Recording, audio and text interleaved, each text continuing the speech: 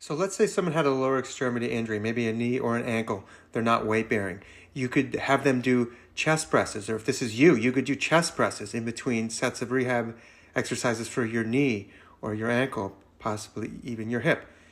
Here is just some skull crushers that you could do with some dumbbells. You're not going for max weights on this. Again, we're just thinking about maintaining and not letting your body completely fall apart.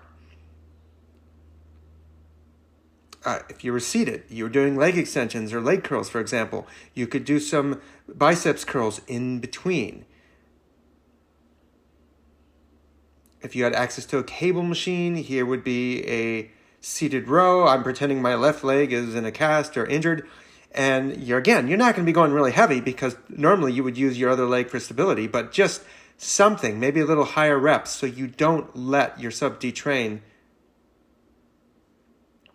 If you're at home, you could be having same type of effect maybe with a TheraBand. You might need to do more reps, but again, we're not after maximum gains here. We're just after progress and maintenance.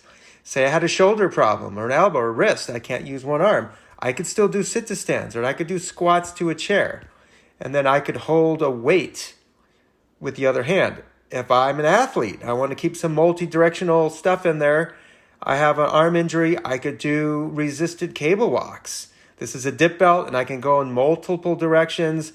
So I'm just keeping some of those patterns, some of those movements, albeit at a lesser intensity, so I don't completely detrain my ability to move in all these different directions.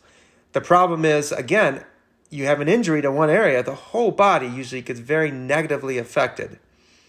For somebody who needs to be good with backpedaling, you can do the same thing. You can go backwards with a cable system. This isn't rocket science, but it's just getting somebody to do these type of things that they would completely stop under normal circumstances. If we turn it around, we can also go into a forward, so we're keeping the acceleration pattern, although not as hard, obviously. We're not running, so the tempos and the speeds are going to be different, but we can still have some intent so that we're not losing all of those type of specific abilities.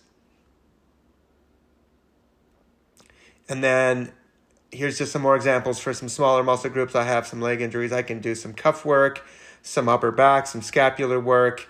Doesn't take a whole lot of rocket science thinking to think, what can I do? These are just examples to maintain and not lose everything that you may have been working for prior to the injury. And if you're currently a sedentary person and you've injured yourself, well, now's a great time.